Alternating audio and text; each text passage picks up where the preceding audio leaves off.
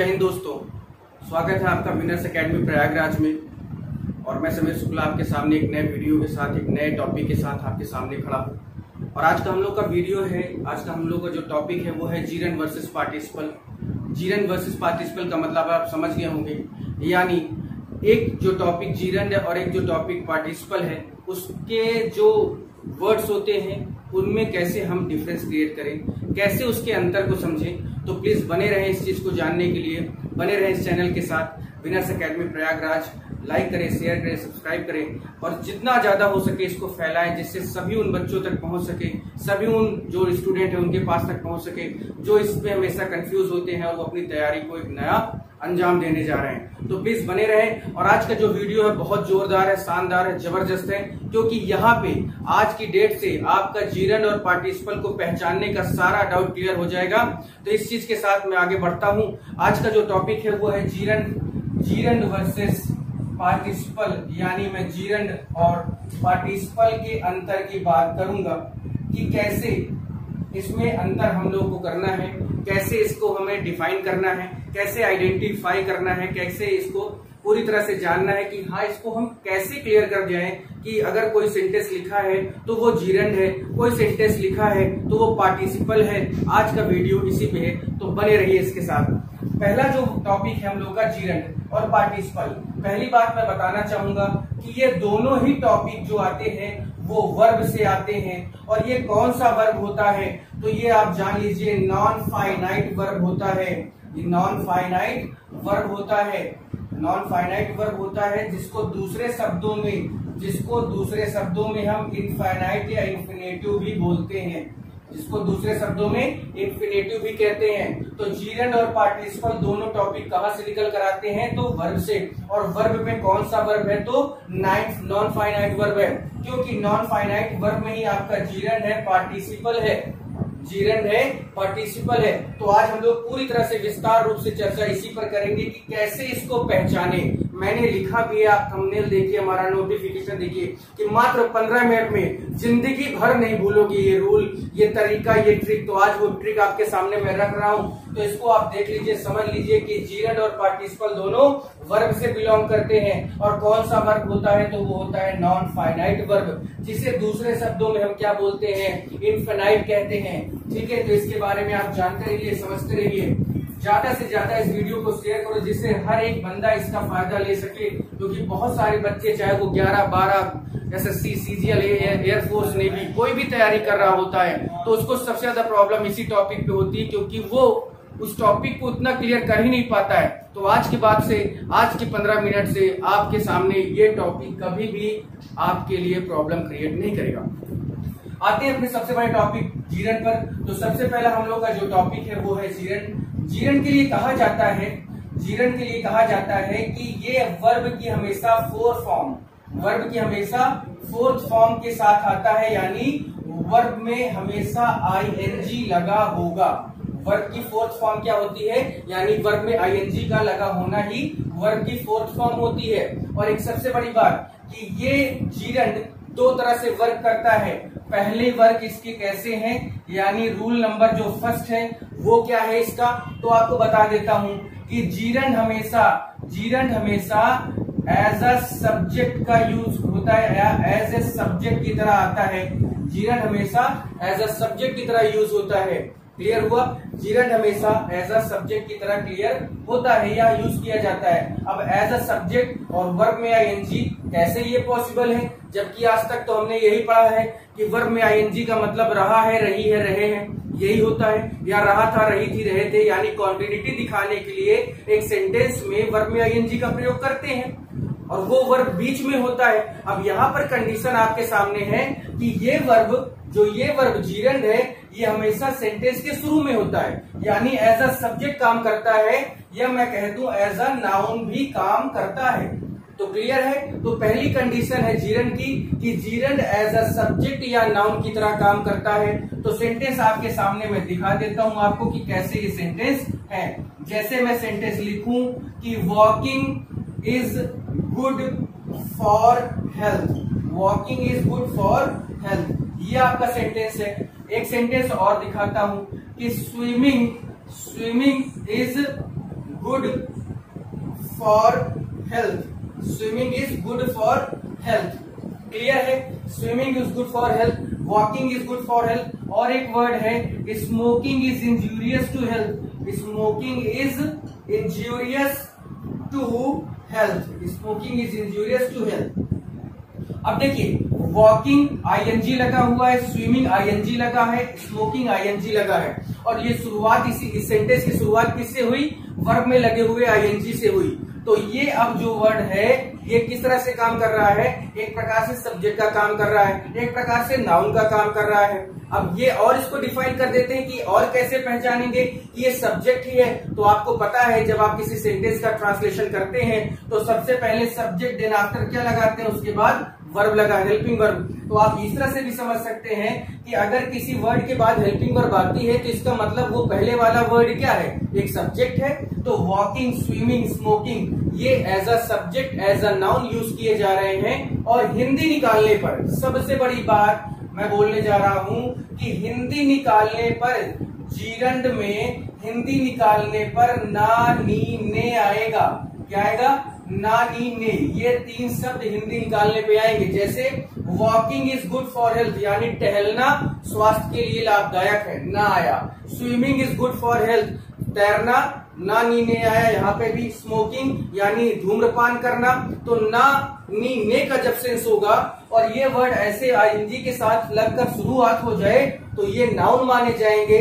और क्योंकि इसके बाद हेल्पिंग वर्ब दी है। तो पहली कंडीशन है, आप इसका स्क्रीनशॉट ले लीजिए। ये आप इसको लिख रहे हैं तो लिख लीजिए, स्क्रीनशॉट आप ले सकते हैं। इसके बाद नंबर आएगा हम लोग का दूसरा नंबर क्या होगा? इसका स्क्रीनशॉट आपने ले लिया होगा। दूसरा टॉपिक है या इसी का दूसरा पार्ट हमारे सामने है कि क्या ये केवल एज अ सब्जेक्ट यूज होते हैं? तो आपका कहना होगा नहीं। तो मैं आपको बताता हूं रूल नंबर 2 में क्या होता है कि ये एज ए ऑब्जेक्ट भी यूज किए जाते हैं। एज ए ऑब्जेक्ट भी यूज किए जाते हैं। यानी आपका जो जीरंड है वो सब्जेक्ट का तो काम करता ही करता है, उसके अलावा ये ऑब्जेक्ट का भी काम करता है। जैसे शब्द देखिए, जैसे आई लाइक डांसिंग। अब डांसिंग वर्ड क्या है? एक जीरंड है। डांसिंग क्या है? जीरंड है। हिंदी निकाल लीजिए कि मुझे डांस करना, ना, नी, ने, मुझे डांस करना पसंद है। मुझे डांस करना पसंद है यानी डांसिंग वर्ड क्या हो गया? आपका जीरंड हो गया। और ये कौन सा है? ये कैसा काम कर रहा है? ऑब्जेक्ट का काम कर रहा है। एक और वर्ड देखिए, आई लाइक सिंगिंग। अब फिर वही कंडीशन है कि सिंगिंग वर्ड क्या है? हमारा जीरंड है, वो कैसे काम कर रहा है? ऑब्जेक्ट की तरह। हिंदी निकाल लो कि आई लाइक सिंगिंग यानी मुझे गाना गाना पसंद है। आई लाइक सिंगिंग, मुझे गाना गाना पसंद है। तो इस तरह से जब भी ये वर्ड लास्ट में हो और आईएनजी लग के आया हो तो इसका सीधा सा मतलब है कि ये वर्ड कहीं ना कहीं पूरी तरह से बिलोंग करता है जीरंड से। तो जीरंड की 2 कंडीशन हो गई आपके सामने। पहचानना बिल्कुल मुश्किल नहीं होगा, आसान होने वाला है। अब आप समझ गए कि वर्ब में आईएनजी लगकर सेंटेंस की शुरुआत हो, उसके बाद हेल्पिंग वर्ब दिया हो, तो वो जीरंड के अलावा कुछ नहीं हो सकता। और हिंदी निकालने पर नानी नहीं आता है। उसी तरह से दूसरा रूल है कि अगर लास्ट में भी आईएनजी लगा हुआ हो और हिंदी, तो इस सेंटेंस के बारे में मैं आपको बता रहा था कि कहीं ना कहीं अगर जब भी इस पे आईएनजी लगा रहेगा तो ये क्या होगा? एक ऑब्जेक्ट होगा। आपके सामने 2 कंडीशन मैंने बता दी है। पहली कंडीशन थी कि एज अ ऑब्जेक्ट शुरू होगा तब भी नानी ने, ऑब्जेक्ट में आएगा तब भी नानी ने। बस फर्क यह है कि इसमें हिंदी निकालना, ना, नी, ने का सेंस होगा। और ये सब्जेक्ट की तरह भी काम करते हैं और ऑब्जेक्ट की तरह भी काम करते हैं। आपको मैं क्लियर करता हूं या हो चुका होगा कि हाँ ये पूरी तरह से आपको क्लियर है। अगर आपको अभी भी कोई दिक्कत होगी तो प्लीज कमेंट बॉक्स में जरूर लिखिएगा। जो भी दिक्कत, जो भी प्रॉब्लम है वो मुझे जरूर बताइए। कमेंट सेक्शन एकदम खुला हुआ है आपके लिए पूरी तरह से कि आप अपनी समस्या जो भी आपको हुई इस वीडियो में प्रॉब्लम वो आप जरूर मुझे बताएं। चलिए आगे हम लोग बढ़ते हैं कि आगे क्या किया जाए इस पे, क्योंकि हमने तो एक जीरंड पढ़ लिया, यानी जीरंड के बारे में जान लिया कि जीरंड क्या होता है, कैसे इसको यूज करना है या पहचानना कैसे है। तो वर्ब में आईएनजी लगा हो, शुरुआत हो तो भी जीरन, अंत में हो तो भी जीरन, हिंदी निकालने पर ना नीने का प्रयोग होगा, यानी नाने का प्रयोग किया जाएगा। इसके अलावा अब हम लोग नेक्स्ट में बात करते हैं, आगे भी बातें और हैं, लेकिन उससे पहले मैं आपको कुछ शब्द बता देता हूं। उससे पहले मैं कुछ आपको शब्द बता देता हूं जिनके बाद हमेशा जीरंड ही लगता है और कोई वर्ड दूसरा नहीं यूज किया जाता है, यानी उनके बाद वर्ब की आईएनजी फॉर्म ही आएगी, इसके अलावा और कोई भी चीज नहीं आने वाली है। तो मैं लिख देता हूं आपके सामने, जैसे with a view, with a view to, accustomed to, accustomed या accustomed हो गया, accustomed to, used to हो गया, ठीक है। तो with a view to हो गया, accustomed to हो गया, और उसके अलावा है addict to, एडिक्ट होना, एडिक्टेड या एडिक्टेड कर सकते हैं, एडिक्टेड टू। तो बात समझ में आ गई। ये 4-5 वर्ड ऐसे होते हैं जो किस तरह से यूज होते हैं, आपके साथ सामने जब भी आएंगे तो इनके बाद हमेशा वर्ब में आईएनजी फॉर्म का प्रयोग होगा, और वो वर्ब कौन सा होगा या आईएनजी फॉर्म किस रूप में आएगी, जीरंड के रूप में आएगी, जीरंड के अलावा किसी और रूप में आने वाली नहीं है।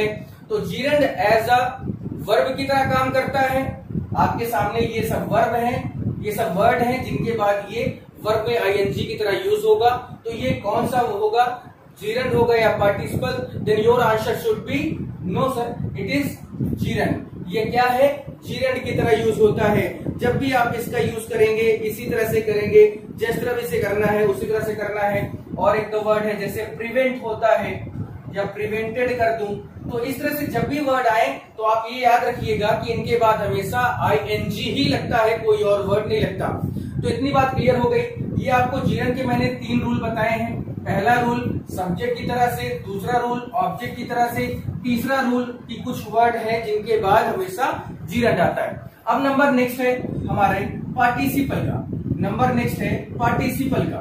पार्टिसिपल भी क्या है, एक वर्ब का ही फॉर्म है, वर्ब का ही रूप है, वर्ब के ही अंदर से ये आया हुआ है। सिर्फ फर्क क्या है कि जो जीरंड वहां पर वर्ब का काम कर रहा था और यहाँ पर पार्टिसिपल कैसा काम करेगा, एक एडजेक्टिव की तरह काम करेगा, एक एडजेक्टिव की तरह काम करेगा। यानी पार्टिसिपल जो वर्ड है आपका वो एडजेक्टिव की तरह काम करने जा रहा है। यानी जो वर्ब की आईएनजी फॉर्म है वो किस तरह से काम करने जा रही है, एडजेक्टिव का काम करने जा रही है। इंग्लिश में यही बहुत प्रॉब्लम है कि कौन सा वर्ड कब क्या काम करने लगे कुछ पता नहीं चलता। तो इसलिए आप थोड़ा सा अवेयर भी रहिए और जानकारी जरूर रखें अपने पास। ये सारी चीजें इंफॉर्मेशन आपके सामने होनी चाहिए या आपको पता होना चाहिए if you want to be a good learner. So यहाँ पे फोकस करते हैं पार्टिसिपल का यूज कैसे होता है, एक एडजेक्टिव की तरह होता है। पार्टिसिपल के यूज कैसे होता है, एक एडजेक्टिव की तरह होता है, वो आपके सामने मैं रख रहा हूं। तो सेंटेंस आपके सामने है, क्लियर है, आपको ये भी पता है कि पार्टिसिपल का यूज एडजेक्टिव की तरह होता है। और एक सबसे बड़ी बात कि इसमें भी कैसा होगा कंडीशन, इसमें भी वर्ब में आईएनजी जरूर लगा होगा, वर्ब में आईएनजी जरूर लगा होगा। तो इस चीज को आप ध्यान दें कि वर्ब में आईएनजी लगा है और वो एडजेक्टिव का काम करने जा रहा है। तो उसी से रिलेटेड को सेंटेंस में दे देता हूं आपके सामने। जैसे she has smiling face, she has smiling face. अब देखिए सी हैज स्माइलिंग फेस। अब आप समझ लीजिए कि यहाँ पर क्या है, स्माइलिंग वर्ब में आईएनजी लगा हुआ है। ये आप एक बार जान लीजिए कि ये क्या नहीं हो सकता, ये जीरंड नहीं हो सकता है, क्योंकि अब ये फेस किसका, इसका फेस किसका, इस लड़की का। तो इसका फेस कैसा है, स्माइलिंग है यानी मुस्कुराता हुआ या हंसमुख है। तो बात समझ में आई। तो हंसमुख होना एडजेक्टिव है, किसका एडजेक्टिव है, सी का, यानी आपका जो वहां पर प्रोनाउन है। तो फेस की जो क्वालिटी है वो कैसी बताई जा रही है, हंसमुख चेहरा, यानी स्माइलिंग फेस की बात हो रही है। तो अब आप समझ में आ गया होगा कैसे करना है या किस तरह से। एक और देखिए, I saw a running horse, I saw a running horse. अब यहां पर भी देखिए कि ये जीरंड नहीं हो सकता, जीरंड इसलिए नहीं हो सकता क्योंकि मैंने दौड़ते हुए घोड़े को देखा। मैंने दौड़ते हुए घोड़े को देखा यानी वो घोड़ा कैसा था, दौड़ रहा था। तो ये रनिंग वर्ड क्या हो गया, इस घोड़े का एडजेक्टिव हो गया। तो देख लीजिए कि वर्ब की आईएनजी की फॉर्म यानी वर्ब की आईएनजी फॉर्म कैसा काम कर रही है, एडजेक्टिव के जैसा काम कर रही है। तो इसी तरह से आपको समझना है। और एक सेंटेंस देख लेते हैं हम लोग, और एक सेंटेंस देखते हैं। बहुत अच्छे अच्छे सेंटेंस आपके सामने यहाँ पर मिलेंगे, ठीक है। I saw a dancing toy. I saw a dancing toy. मैंने एक डांस करते हुए खिलौने को देखा। मैंने एक डांस करते हुए खिलौने को देखा यानी टॉय की विशेषता क्या थी, वो डांस कर रहा है। तो जो वर्ड विशेषता बताने का काम करते हैं उसे क्या बोलते हैं, एडजेक्टिव ही तो बोलते हैं। और टॉय यहाँ पर क्या है, हमारा नाउन है। तो नाउन की विशेषता बताने वाले को क्या कहते हैं, एडजेक्टिव कहते हैं। इस तरह से और कई वर्ड ऐसे आपके सामने आ सकते हैं जो कभी भी कोई दिक्कत आपके सामने कर सकते हैं। लेकिन अब आपको जानकारी हो गई है कि पार्टिसिपल जो एडजेक्टिव का काम करता है, वर्ब में आईएनजी लगा होगा, वो बीच में कहीं भी हो सकता है, लेकिन उसके बाद हमेशा एक नाउन की तरह एक वर्ड होगा, वो उसी की विशेषता बताने के लिए आएगा। ठीक है, तो एक वर्ड और मैं यहाँ पर ऐड कर दूं, आपको बता देता हूं कि इसकी जो हिंदी निकालेंगे वो लगभग यानी ऑलमोस्ट हुए का सेंस देगी। किसका देगी, हुए का। जैसे जीरन ना नीने का सेंस दे रहा था, उसी तरह से ये जो एडजेक्टिव है यानी जो ये पार्टिसिपल है, ये कैसा सेंस देगा, एडजेक्टिव का सेंस देगा। तो अब ये देखिए कि मैंने दौड़ते हुए घोड़े को देखा, मैंने एक नाचते हुए टॉय को देखा। तो हुए का जो सेंस ऑलमोस्ट, पूरी तरह से कंप्लीट नहीं, ऑलमोस्ट जो सेंस होगा वो हमेशा हुए शब्द का ही होगा। तो अब आप समझ गए कि जीरन और पार्टिसिपल में डिफरेंसेस क्या है, कैसे इसको समझना है, कैसे इसको करना है। तो कुछ बहुत बड़ी बात नहीं भाई, कोई दिक्कत नहीं है, आप आराम से इसको समझ सकते हैं, कर सकते हैं। बस यही ध्यान देना है कि अगर वो पार्टिसिपल है तो उसके बाद कहीं ना कहीं कोई ना कोई नाउन जैसा वर्ड होगा, तभी वो क्या बता रहा होगा, उसकी विशेषता बता रहा होगा, या कोई उसका नाउन जो उसका सब्जेक्ट है उसकी विशेषता बता रहा होगा। तो पार्टिसिपल एडजेक्टिव की तरह कार्य करते हैं।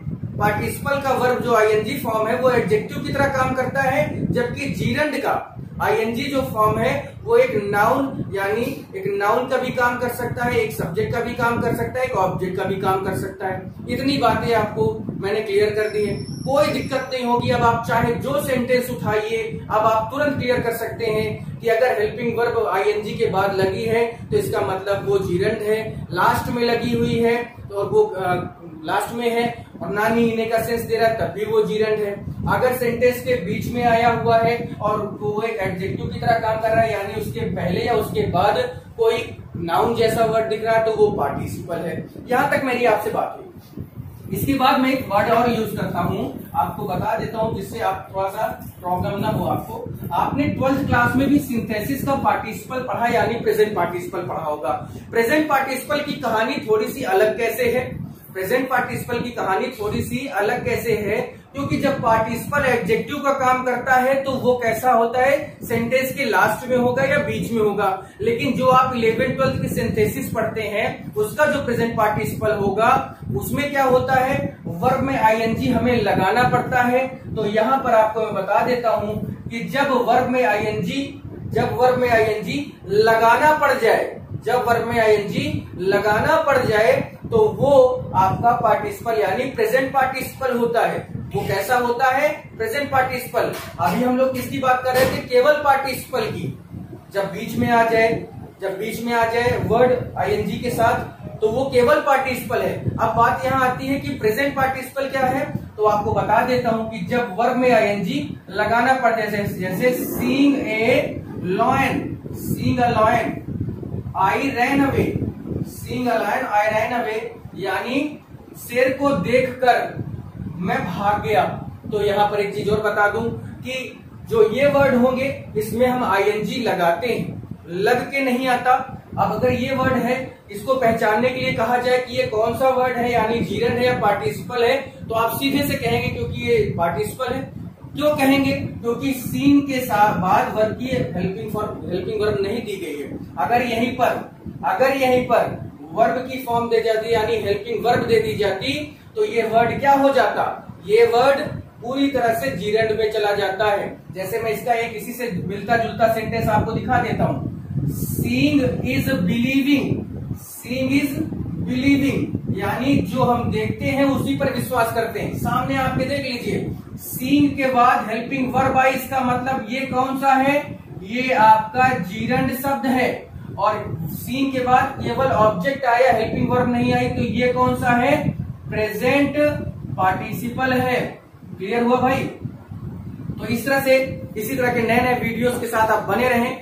विनर्स एकेडमी प्रयागराज को शेयर करें, सब्सक्राइब करो, फैला दो, क्योंकि ऐसी ट्रिक, ऐसे तरीके नहीं बताए जाते हैं, वो मैंने आपके सामने रख दिया है। मात्र 15 मिनट की बात है, आप इसको देखिएगा, लाइक करिएगा, शेयर करिएगा और उस हर बच्चे तक पहुंचाइए जो इसकी जरूरत महसूस कर रहा है। ये आपकी जिम्मेदारी है कि आप थोड़ा सा अपना फर्ज निभाएं और अपने दोस्त, अपने भाई, अपने बहन सबको बताइए कि हाँ, यहाँ पर भी ये क्लास चलती है विनर्स एकेडमी प्रयागराज के नाम से, और उसमें ये टॉपिक पढ़ाए गए हैं। तो प्लीज बने रहें, 15 मिनट अपना जरूर दे, इसे देखें, और वादा है मेरा कि अब आप जिंदगी भर नहीं भूलेंगे जो मैंने कैप्शन लिखा है। चलिए चलता हूं फिर मैं। प्लीज शेयर करिएगा, सब्सक्राइब करिएगा, लाइक करिएगा। जय हिंद, जय भारत।